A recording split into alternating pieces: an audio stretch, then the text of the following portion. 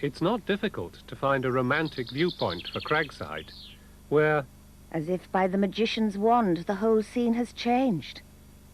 The happy combination of nature and art has transformed the erstwhile howling wilderness into a very Garden of Eden.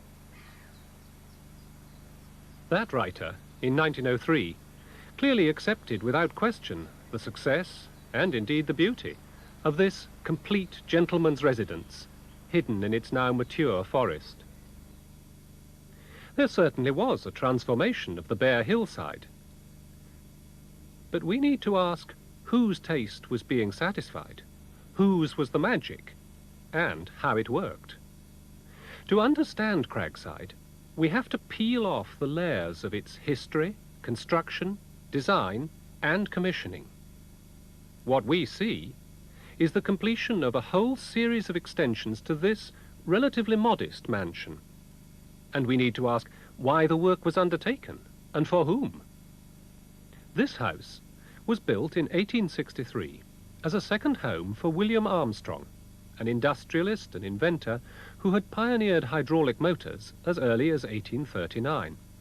6 years later, he developed hydraulic cranes and opened a factory at Elsick near Newcastle to manufacture them. But his greatest wealth came from his development of the breech-loading gun with rifled steel barrel in the years after the Crimean War. He donated his patents to the government in 1858, and the next year he was knighted, while his works at Elsick continued to grow until, by the 1880s, they were one of the largest heavy manufacturing plants in Europe. So he was already a man of substance and eminence when he bought a small amount of land about 30 miles north of Newcastle in his favourite fishing retreat in Coquette Dale. There he built this relatively modest house. Over the next 30 years, Lord Armstrong, as he was later to become, steadily extended his mansion until the original house was quite lost in the new work. But 1863 was not the peak of his financial career. Bigger and better guns were supplied for armies in America, Denmark, Turkey, Egypt, Italy, Chile, and Peru. In 1867, Armstrong moved into the field of naval armaments with the gunboat Staunch. Then, in 1870, came the profitable license to build the American Gatling gun. By the end of the 1880s, the works was capable of building and arming a battleship, such as HMS Victoria. Armstrong set about enlarging his estate until it encompassed 1,700 acres, on which he planted 7 million trees and a forest of rhododendrons. To extend the house, he employed Richard Norman Shaw, one of the most talented of the younger generation of Victorian architects. He raised the tower so that glimpses of it added picturesque interest to the approach. And he sited a second tower to do the same, though with a different shape, at the next turn of the drive.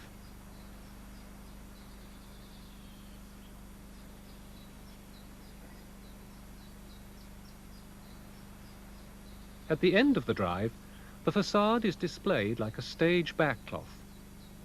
The carriage circle makes a place to pause and take in the whole elaborate composition of different styles and shapes, with which Shaw chose to express Armstrong's position as a wealthy entrepreneur and the long tradition of English gentry.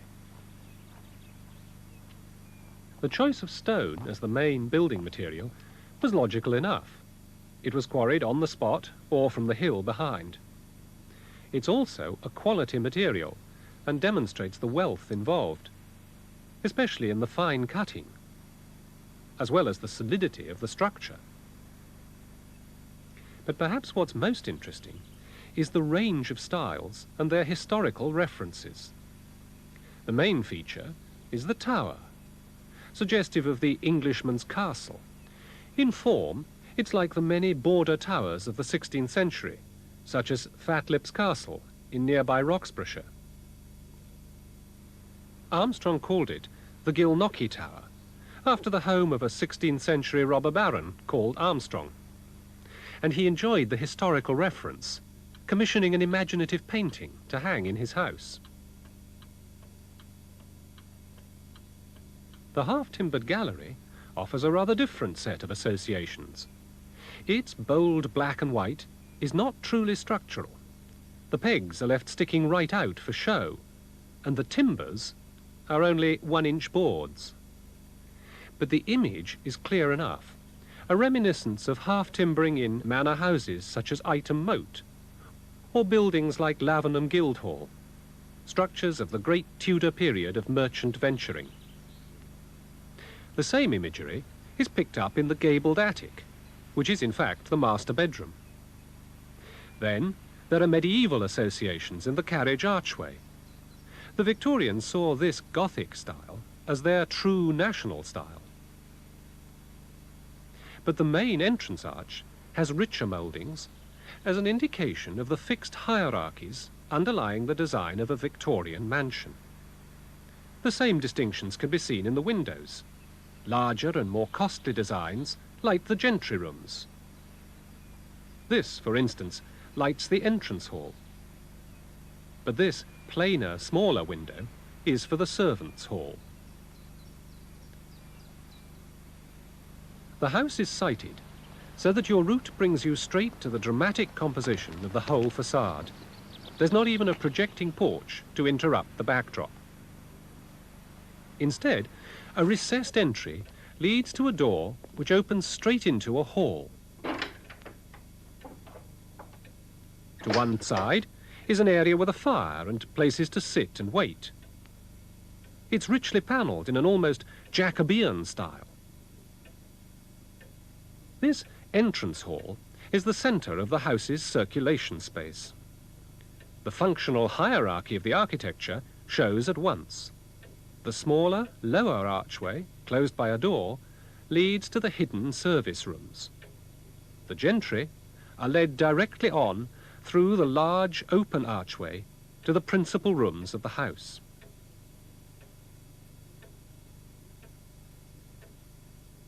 The passage, part of the original house, is not well lit. That's because Shaw's additional rooms have taken the place of its windows. Shaw tried to solve the problem of light by cutting through one of the original walls to form an arched alcove with a door to the garden. The corridor runs the whole length of the original house. And then, when you're past that, Norman Shaw was able to preface his first extensions with this rather wider lobby. There are doors leading off it to both the new living rooms. This one's called the library. You enter, almost but not quite, opposite a window, and are drawn round to the diagonal axis of the room.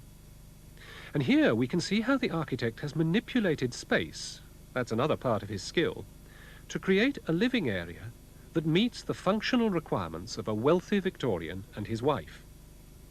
The fireplace is the focus of the end wall, and would, of course, have been the place to sit in winter or in the evening. Beside it, the deep bay window makes an alternative space for daytime or summer. Of course, as the main living room of the enlarged house, it's richly decorated.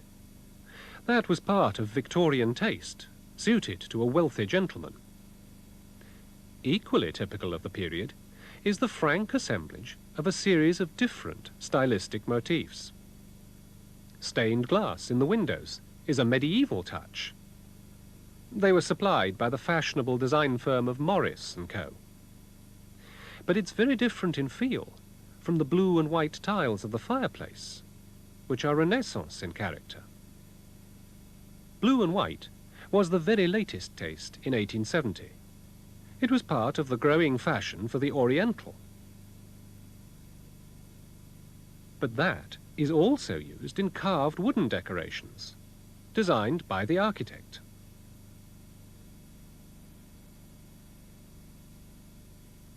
Along with the latest fashions at Cragside went an interest in the latest technology.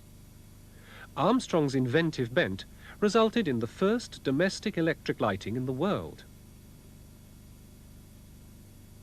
As the principal living room, it's expressed externally by its large bay window. Next to it with a smaller bay, is the dining room, the other main room of the first extension. This faces northwest, and so it's rather darker. In this room, the space is centred on the round table in front of the stone fireplace. The room looks solidly traditional, with its heavily beamed ceiling. A close look shows that the beams are, in fact, only boarded casings for invisible steel beams. Victorian architecture often used modern materials, but saw no need to reveal them. It was the visible space that mattered. Here, that space is dominated by the massive Gothic overmantel with its medieval-style carving that incorporates the Armstrong coat of arms.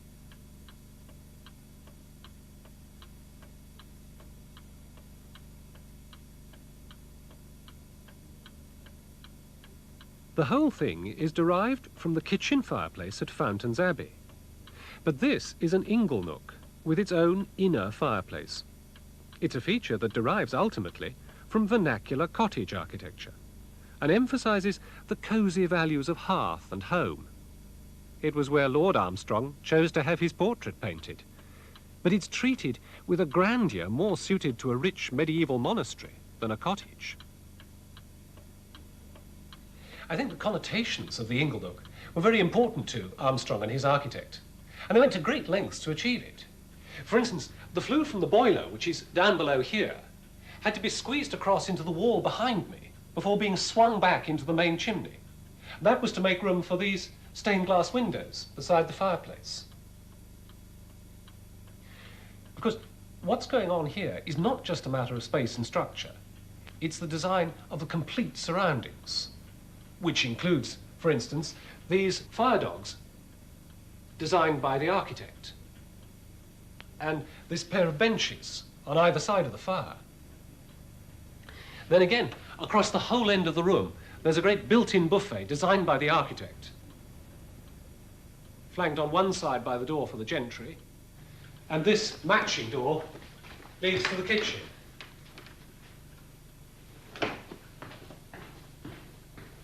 Here, the feel is very different, and there are no historical references. The kitchen itself is designed for functional efficiency.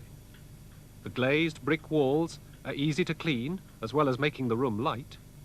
The double height helps to cope with the heat from the range, and the 2 tiers of windows give a good light for working. And the range is a massive affair to cope with the parties of important guests whom Armstrong entertained. And, not surprisingly, it incorporates a spit turned by hydraulic power. In this house, the architect had to accommodate his client's inventions, as well as his comfort and taste. The hydraulic gadgets and the electricity needed power from lakes, of which Armstrong made 5. So the romantic landscape is not just an additional pleasure ground, but also a functional adjunct to the house and the way it worked. The kitchen and service rooms lie along the back of the old house, so the service passage leads us back to the entrance hall where we began.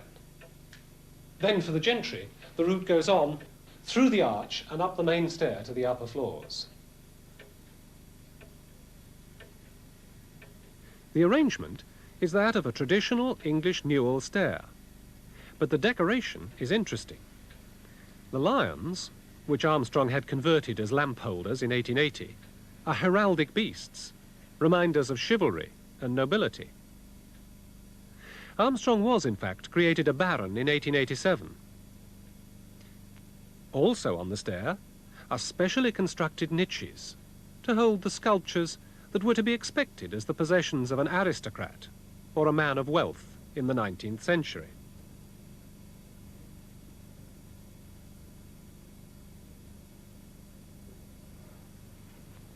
An archway at the head of the stairs leads through to where Shaw extended the southern end of the old house. One route leads on to the gallery and grand drawing room, and here Shaw was able to make a small lobby, rather more spacious than the corridor of the original house, which runs on here directly over the ground floor corridor. It's decorated in much the same way, with maiolica tiles and embossed wallpaper. And the whole of this side is given over to a series of bedrooms. They were decorated in the latest taste, and several of them have William Morris wallpapers. This one's called Fruit. Another is Bird and Trellis, both of which were actually designed in 1864. Being on the southwest side of the house, the bedrooms have splendid views across the valley of the Debden Burn. And the views from the bedrooms are an important feature of Cragside. Well, these rooms, with their smart decoration and fine views, were obviously right for Lord and Lady Armstrong and their guests. The other side of the house, which runs back into the hill, was given over to servants, and there were some 23 indoor staff in this house, plus, of course, visitors' servants. And there's a strategically placed door that leads directly onto the service stair. And one flight leads back down to the kitchens, and the staircase rises the whole height of the house. As you see, it's a completely different world.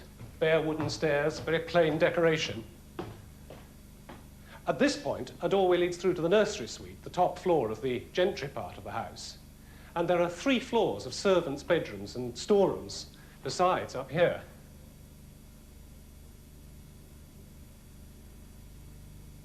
This passage, an extension over the kitchen, leads to a set of maids' bedrooms. Well, these are good-sized rooms for servants. The furniture that's in them at the moment is what you'd expect in a better servant's room of the late 19th century. They've even got hot water pipes for heating. And large, convenient windows that look out into the courtyard.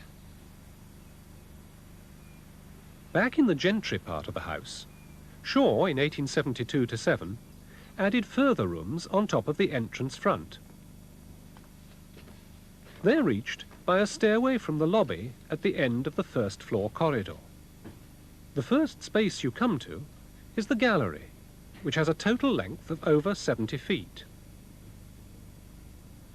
It's lit from above to provide even light on the pictures, which were very much the expected possession of a man of wealth. It also housed Lord Armstrong's scientific collections.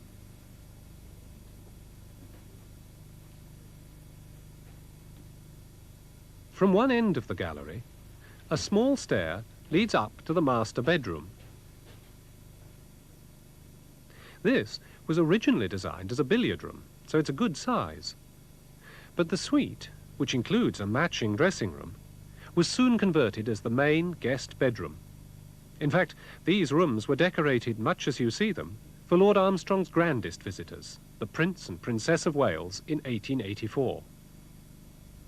Plumbed baths and basins were still uncommon, the height of luxury. The centrepiece is the grand owl bedstead, designed by Shaw in 1875. To fit it in, he had to block one of the original windows. And the rather odd ceiling shape was the direct result of his decision to have picturesque half-timbered gables on the facade. The old English yeoman style didn't lend itself easily to grandeur. The gallery is hardly a room in itself. In terms of plan, it functions as little more than a corridor leading to the drawing room. Well, the drawing room really is the final fanfare of your progress through the house. It's the last of Shaw's additions, and it marks the completion of that 20-year development from a relatively modest mansion of the 1860s through the complete, not to say luxurious, gentleman's residence to something that's effectively palatial. It's quite the largest room in the house and dominated, as you see, by that 20-foot-high chimney-piece. It's a thoroughly opulent display of Italian marble designed in the rich English Renaissance style. This room has all the grandeur that's consistent with a visit from the Prince and Princess of Wales, who were among the first visitors to Cragside after its completion. In the 1880s and 1890s, Cragside was visited by a number of heads of state and high-powered delegations, potential or actual clients for Armstrong's weapons and warships. The architecture creates the appropriate setting for such gatherings, though it's a matter of speculation whether the house should be regarded as built on the profits of Armstrong's works, or as an investment providing the right sort of ambience for potential clients. However, there's no denying the development to palatial splendor in this drawing room. The room, like the gallery, is top lit because it's squeezed in between the house and the hill and has no view. But it housed some of Armstrong's best pictures. These included Millet's Chill October and Frederick Leighton's Noble Lady of Venice, which would have been fashionable and expensive at the time. The decoration is stylistically more consistent than the library. Both ceiling and overmantel are based on Renaissance prototypes.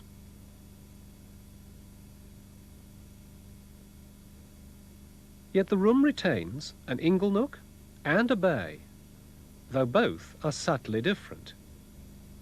The inglenook is like a small separate room within the room, intimate and cave-like.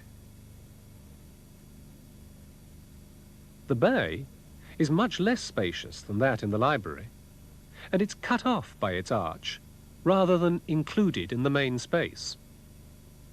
However, it's important as a feature of the exterior. The bay repeats the Elizabethan-style motifs that were so much a part of Shaw's picturesque composition. The huge size of the room is concealed, as half of it lies behind the tower. The inglenook projects at the other end and is treated like a massive Gothic chimney structure. Yet the picturesque Elizabethan chimneys are in fact false. To obtain a decent draught, the real flue is taken up the hillside like a mine chimney and disguised as a rocky outcrop. At Cragside, it was the image that was important, and the architect had to balance appearance against convenience. For instance, the 4 light windows in this gable are important to the pattern of the facade, but hardly convenient from inside. What Shaw had to provide for Armstrong was a sound structure making use of the latest technology. But he also had to arrange his extensions to provide a home that was reasonably convenient and functional. And an important part of this function was the provision of a suitable image for a new rich nobleman moving into the highest circles. The size, the grandeur, and the references to past styles give Cragside and its owner an appearance of pedigree. The effect of all Norman Shaw's work at Cragside is that the house appears to have grown over the centuries as the ancestral home of a man of lineage.